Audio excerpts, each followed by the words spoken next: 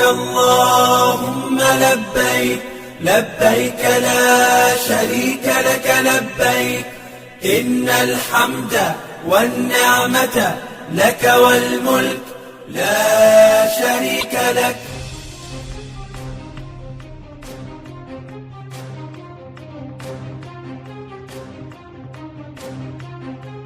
Pemerintah Indonesia terus melakukan upaya diplomatik dengan pemerintah Arab Saudi. Hal ini sebagai ikhtiar agar jamaah Indonesia kembali dapat menjalankan ibadah umroh ke Tanah Suci. Seluruh koordinasi dilakukan sehingga jika kelak pintu masuk bagi jamaah Indonesia kembali dibuka, maka perjalanan, pelaksanaan ibadah serta kepulangan dapat berlangsung baik, sehat dan aman dari penyebaran kasus COVID-19. Pemerintah pun telah menerima surat pemberitahuan bahwa Arab Saudi mulai mempertimbangkan pembukaan kembali pintu ibadah umroh bagi jamaah asal Indonesia. Beberapa hal teknis intens dibahas kedua negara dan membutuhkan kesepakatan bersama. Masyarakat, kami minta untuk bersabar menunggu, kata Konsul Jenderal RI di Jeddah Eko Hartono dalam dialog produktif Media Center Forum Merdeka Barat 9 Komit Penanganan COVID-19 dan Pemulihan Ekonomi Nasional pada Kamis 21 Oktober 2021. Salah satu hal teknis tersebut adalah upaya sinkronisasi aplikasi Peduli Lindungi dengan aplikasi serupa yang dimiliki pemerintah Arab Saudi, yakni Tawakkalna. Tujuannya agar status kesehatan, khususnya sertifikat vaksinasi jamaah Indonesia dapat dibaca atau dipastikan saat melakukan ibadah di sana. Terkait vaksin, menurut Eko, terdapat 4 jenis vaksin yang dipakai di Arab Saudi, yakni Pfizer, Moderna, AstraZeneca, dan J&J.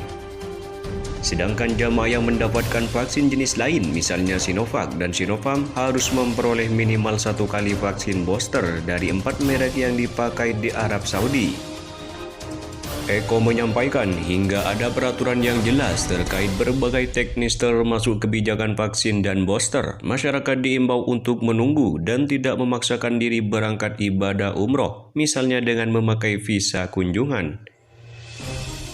Nanti akan terlunta-lunta, tidak bisa menjalankan ibadah umroh di sini. Ini beda dengan sebelum COVID-19. Sekarang harus dengan ketentuan yang berlaku, visa juga harus diurus, ujar Eko. Selain upaya integrasi Peduli Lindungi dengan aplikasi Tawakkalna, pemerintah melalui Kementerian Agama juga membahas persiapan teknis lainnya. Direktur Bina Haji dan Umroh Kementerian Agama Nur Arifin menjelaskan bahwa pihaknya terus melakukan koordinasi dengan berbagai kementerian, lembaga, juga Satgas COVID-19. Misalnya terkait perlindungan kesehatan jamaah, yakni aturan karantina dan vaksin booster, pembahasan revisi biaya umroh, juga koordinasi teknis dengan asrama haji dan Vkes terdekat. Kami siapkan revisi pedoman pelaksanaan umroh di era pandemi. Setelah selesai akan dilakukan geladi keberangkatan dan kepulangan umroh di asrama haji Pondok Gede dan Bekasi, ujar Arifin. Untuk memberikan kemudahan bagi jamaah, misalnya para lansia, Arifin menjelaskan bahwa pihaknya telah melakukan koordinasi dengan kementerian terkait dan PT Telkom. Selain Peduli Lindungi, jamaah juga akan dibekali kartu status yang dikalungkan di leher. Kartu tersebut akan memudahkan jamaah saat harus melakukan scan guna screening kesehatan di lokasi ibadah. Pemerintah, ujar Nur Arifin, juga tengah mengatur kesepakatan dengan para asosiasi untuk keberangkatan umroh 1 pintu pada tahap awal ini. Rancangan umroh tahap awal 1 pintu ini dalam rangka membangun kepercayaan Arab Saudi bahwa kita benar-benar tanggung jawab hanya memberangkatkan jamaah yang sehat. Setelah ini berhasil, akan dikembalikan ke daerah-daerah seperti sebelumnya. Jadi mohon jangan salah pengertian, imbuh Nur Arifin. Sejalan dengan hal itu, Ketua Umum Himpunan Penyelenggara Umroh dan Haji Budi Darmawan berharap tahap awal pemberangkatan umroh dari 1 pintu ini akan dapat membuktikan pada pemerintah Arab Saudi bahwa jamaah Indonesia yang tiba semua sehat, nol kasus COVID-19 dan dapat mengikuti aturan kedua negara.